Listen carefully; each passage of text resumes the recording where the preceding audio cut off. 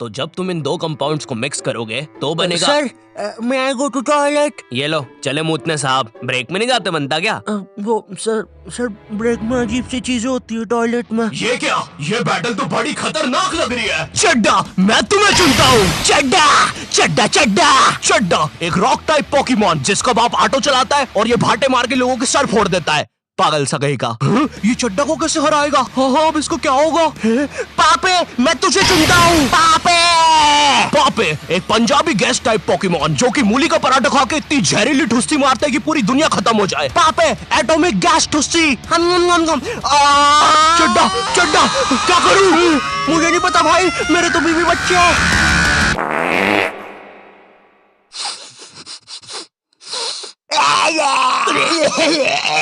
Teenagers.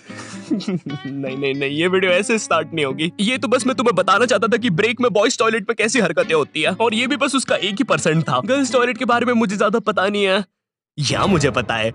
नहीं, मुझे नहीं पता, या मुझे। मीनवाइल इन गर्ल्स टॉयलेट,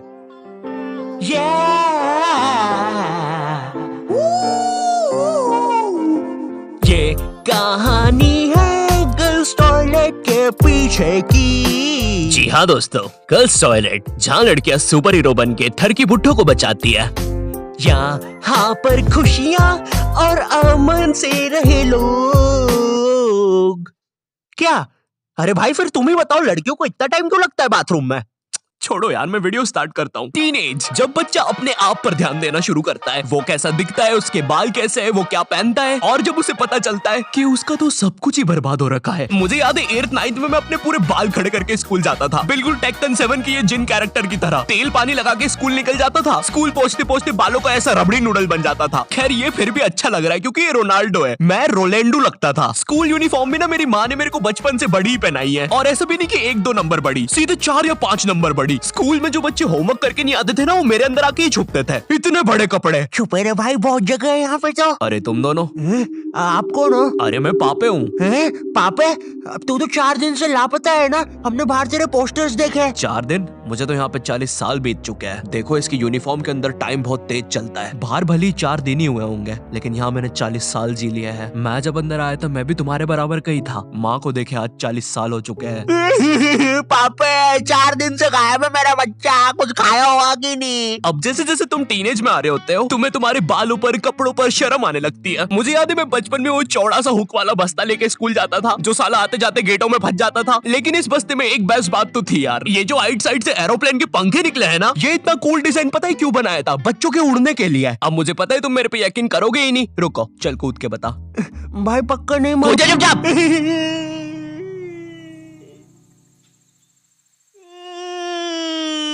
मैंने तो बोले अरे बाप रे, अब तो लाइट चली जाएगी। मुझे अपना फोन चार्ज पे लगाना चाहिए। टीनेज में ना तुम्हें तुम्हारी इमेज की बहुत ज्यादा परवाह होती है, लेकिन तुम्हारे माँ बाप को उससे घंटा फर्क नहीं पड़ता। उनके लिए तुम अभी भी रात में छुप के सूखा बॉर्नविटा खाने वाले बंकू हो।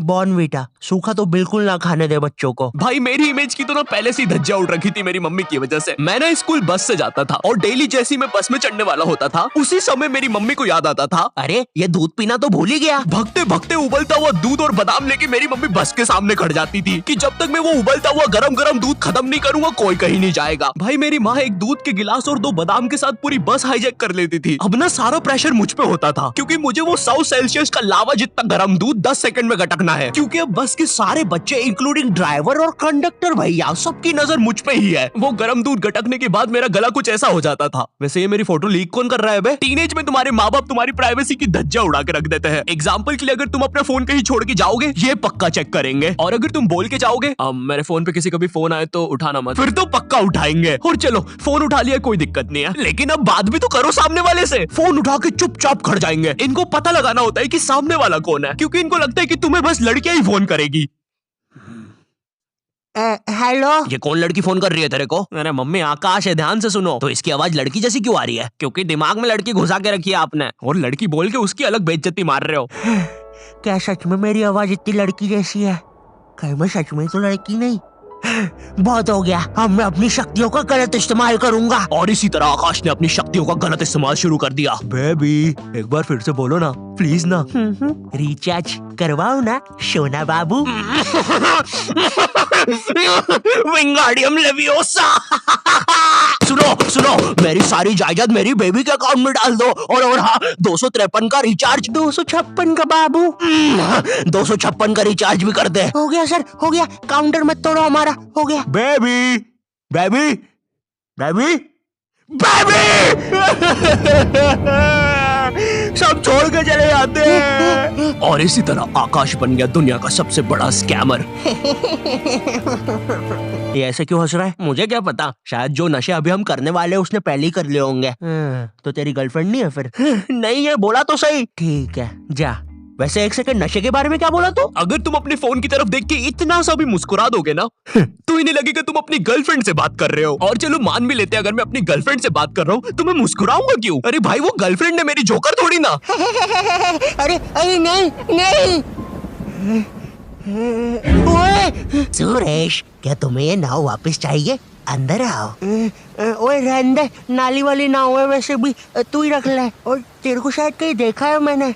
ओए तू तो शालिनी जैसी दिख रही है। ओए शालिनी है ना तू? अरे नहीं, तू फिर से इतना सारा मेकअप करके नल्ली में बैठ गई पागल लड़की। नहीं क्या नहीं, अंदर छींची होती है पता भी है। नगर पालिका वालों को बुला के लाना पड़ेगा, निकालेंगे तुझे यहाँ से। पता नहीं कहाँ की हिट पिक्चर देख ली जोकर वाली, नल्ली में बैठ जाती है बार बार जाके। सांप बिच्छू ने काट खाया तो पता नहीं कैसी गर्लफ्रेंड है। तुम अपने फोन में कोई भी फोटो अपने मम्मी पापा को दिखाने जाते हो तो ऐसा नहीं है कि चुपचाप देख ले, इनको चाहिए पूरा फोन अपने हाथ में। और जब तुम्हारा फोन माँ बाप के हाथ में जाता है ना तो भाई ऐसी फटी में आती है ना, जैसे जब कोई अजनबी तुम्हारा फोन नहीं मांग लेता किसी काम से और तुम्हें अंदर ही अंदर लग रहा होता है कि ये मेरा फोन लेके भाग जाएगा। तो अब तुम एक अजीब से पोज में रेडी रहते हो कि जैसे ये मेरा फोन लेके भागेगा मैं भी इसके पीछे भागूंगा।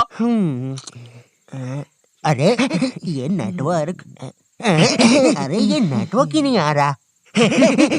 हाँ, हो गया। Thank you. अरे अरे मेरा फोन। वो तो मेरा ही आदमी था।